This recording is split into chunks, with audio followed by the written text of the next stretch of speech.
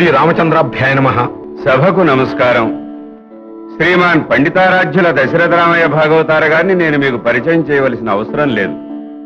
వారు దేశ ప్రసిద్ధి పొందిన హరికథ బ్రహ్మ. దేశమంతటా వారికి అభిమానులు ఉన్నారు. కానీ అభిమాన సంఘాలు మాత్రం లేవు. వీరు రామాయణాన్ని ఔపాసనం పట్టిన మేధావి. రామాయణ మహాకావ్యాన్ని తమ జీవితానికి ఆదర్శంగా చేసుకున్న పుణ్యమూర్తి. అందుకే తమకు పుట్టిన బిడ్డలకు రాముడు, లక్ష్మణుడు, భరతుడు అని పేర్లు పెట్టుకున్నారు. 4వ బిడ్డ కూడా పుడితే శత్రుఘ్నుడు అని పేరు పెట్టుకుంటారు. అయ్యా, నేను దేశ సౌభాగ్యం కోసం కుటుంబ నియంత్రణ పాటిస్తున్నాను. ఇప్పుడు భాగవతార గారిని హరికథ ప్రారంభించవలసిందిగా కోరుతున్నాను.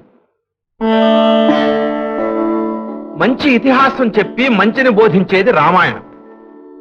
చెడు ఇతిహాసం చెప్పి మంచినే బోధించేది మహాభారతం.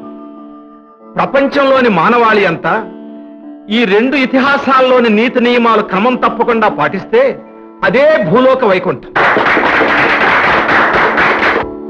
అయ్యా, శ్రీమద్ రామాయణంలో మనకి ఎదురయ్యే పాత్రలను ముందుగా మీకు పరిచయం చేస్తాను. మొదటివాడు శ్రీరాముడు. ఏకపత్ని వ్రతుడు, మహావీరుడు, గొప్ప ధైర్యశాలి.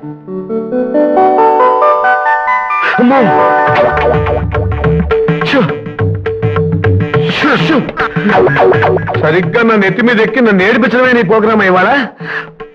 పోవే తల్లి, పోవా, పోవు కదూ. రాంబాబు, ఎవరితోరా మాట్లాడుతున్నావు? ఆ బల్లి తల్లితో. బల్లితోనా? అది ఎక్కడే ఉంటుంది, వచ్చినట్టు మాట్లాడుకోవచ్చు. వెళ్ళి కూరగాయలు పట్టరా. అమ్మో, నేను పోను. మన వీధి చివర నల్లకొక్కుంది. అది నన్ను చూసినప్పుడల్లా మరుగుతూ ఉంటుంది. నేను వెళ్ళను. పెళ్లి చేస్తే 2 పిల్లలు పుట్టేవాళ్ళు. ఇంత వయసు వచ్చినా ఇంకా భయం ఏమిట్రా? నాకు వయసు వచ్చిందని నీకు తెలుసు. ఆ నల్లకొక్కకి బల్లికి తెలియలేదే. సర్లే, నంగి కబుర్లు గట్టి పెట్టి వెళ్ళి కూరగాయలు పట్టరా. తర్వాత వాడు లక్ష్మణుడు. త్యాగానికి మారుపేరు. తన సుఖ సంతోషాలను పట్టించుకోకుండా అన్నగారి వెంట 14 సంవత్సరాలు అడిగి వెళ్లిన నిజమైన తమ్ముడు. లక్ష్మణ, హలో లక్ష్మణ, అమ్మ మార్కెట్కి పొమ్మంది. నువ్వు నాకు కాస్త తోడుగా రారా. మరేం పర్లేదా నాకు? ఒరే లక్ష్మణ, ఆనాడు రాముడికి తోడుగా లక్ష్మణుడు అడవులకు పోయాడు రా. నువ్వు బజారు కూడా రానంటావేంటి? నేనే గనక ఆ కాలంలో పుట్టినట్లయితే రాముణ్ణి అడవుకు వెళ్లకుండా ఆపి దశరథుని సమాధాన పరిచి కైకేయి పొగరనిచ్చి గూనిముండని ఫుట్బాల్ తన్నట్టని అడవులు పంపుండేవాడిని. అంటే నాన్న నోట మట్టి కొట్టేవాడు అన్నమాట. అప్పుడు ఈ రామాయణం ఉండేది కాదు, ఈ హరికథలు ఉండేవి కావు. అయితే నువ్వు రావా? నేను ఒక్కనే వెళ్ళాల్సిందేనా? అయితే ఇవాళ ఆ నల్లకొక్క నన్ను తప్పకుండా గరుస్తుంది. ఇక 3వ వాడు భరతుడు. అన్న రాముని పట్ల విపరీతమైన గౌరవం, అభిమానం కలిగినవాడు. అన్నకున్న సౌభాగ్యం తనకు ఉన్నట్లే భావించి అన్నకు లేని రాజ్యం తనకు వద్దని త్యాగం చేసి శ్రీరాముని పాదుకలకే పట్టాభిషేకం చేసిన మహనీయుడు. ఎరా రాంబాబు, కొత్త చెప్పులు కావాల్సి వచ్చారా నీకు? సోకి ఎక్కువైపోతుందిరా. ఉండు, నీ పని చెప్తాను. ఏమిటో నువ్వు చేస్తున్న పని? అవి నా కొత్త చెప్పులు తగ్గుతున్నావు ఏంటి? ఏమ్మా, నేను ఫస్ట్ ఫారం చదువుతున్న రోజుల్లో నా చెప్పులు తీసుకెళ్లి నువ్వు శివాలయం దగ్గర ద్రేసాలా?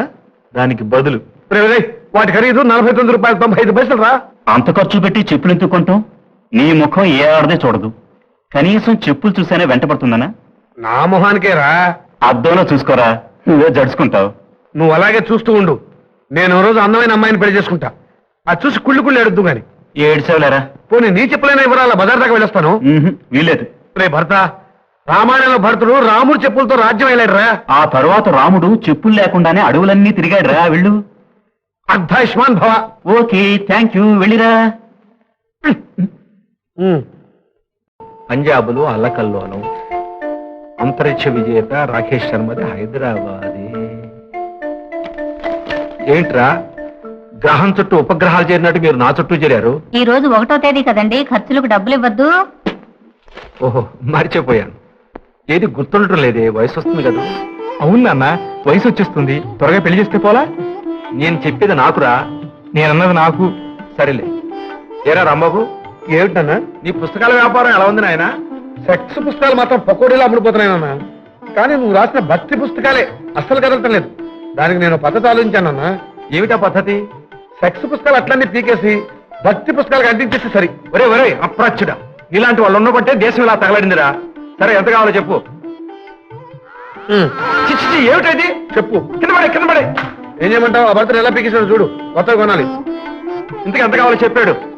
చెప్పులకు 49 రూపాయలు 95 పైసలు, నా ఖర్చులకు 50 రూపాయలు 5 పైసలు, వెరసి ఒక సెంచరీ అంటే 100 రూపాయలు.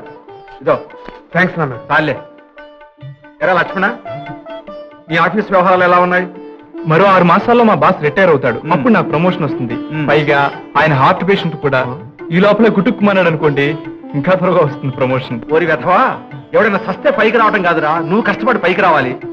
ఎంత కావాలో చెప్పు. 200 ఇవ్వండి. ఏమిట్రా రోజు రోజు పెరిగిపోతుంది? పెట్రోల్ ధర పెరిగిపోతుందే. అలాగే సిగరెట్ల ధర కూడా బాగా పెరిగిపోతుంది. ఇదిగో ఒళ్ళు జాగ్రత్త. పొగ పీల్చుట హానికరము. ఆ విషయాన్ని నేను చెప్పింది. మద్యం, నడిమద్యం, భూమద్యం, గోమద్యం. ఆపరా నీ యథవ కవిత్వం నువ్వును. ఏరా భర్త, నా లీవ్ అయిపోయింది నాన్న. 2 రోజుల్లో డ్యూటీలో జాయిన్ కావాలి. టాటా నగర్ లో ఎందుకురా ఉద్యోగం? ఆ పాటి పనేదో ఇక్కడ చేయొచ్చుగా. ఇక్కడైతే అంత జీతం రాదు నాన్న. సరే, ఇప్పుడు నీకు ఎంత కావాలి? ప్రయాణం ఖర్చులతో కలిపి 500. 500? నువ్వు చాలా కాస్ట్లీ కొడుకురా. కరెక్ట్ నాన్న. ఒరే భరత, 2 రోజుల్లో నీ పుట్టినరోజు వస్తుంది కదరా, అది అయ్యాక వెళ్ళొచ్చులే. సారీ అమ్మా, సెలవు లేదు. సరే, వాడిని వెళ్ళని. ఉమ్, రాణి గారు, తమరికి ఎంత సమర్పించుకోవాలి? నా సొంత ఖర్చుల కింద పసుపుకు 4 అణాలండి. కిరాణా వెచ్చాలు 380 రూపాయలు, 50 కిలోల బియ్యం, కూరగాయలు మొత్తం ఎంత అయిందో చెప్పవే.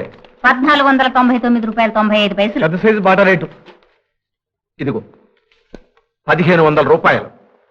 5 పైసలు చిల్లర లేదండి. ఆ 5 పైసలు హాయిగా నెలాఖరు వరకు నీ ఇష్టం వచ్చినట్టు ఖర్చు పెట్టుకో. అకౌంట్ అడగను. 5 పైసలు.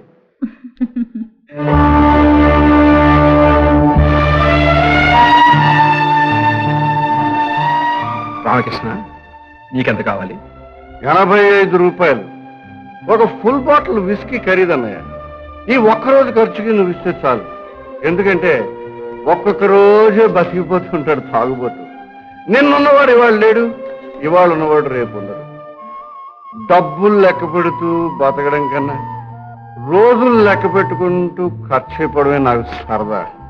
బ్యాంకు నుంచి ఫోన్ వచ్చింది. నీ ఫిక్స్డ్ డిపాజిట్ లో 2 లక్షలు ఉన్నాయి కదా, దాని తాలూకు ఇంట్రెస్టే లేకుండా ఎలా పోతున్నాడో చూడు. వాడికి అసలు జీవితం మీదనే ఇంట్రెస్ట్ లేదు. ఏమండి, మీరైనా మీ తమ్ముడితో చెప్పి ఆ తాగుడు మానిపించకూడదు? వాడి పరిస్థితుల్లో నేనుంటే నేను కూడా ఆ పనే చేసి ఉండేవాడిని.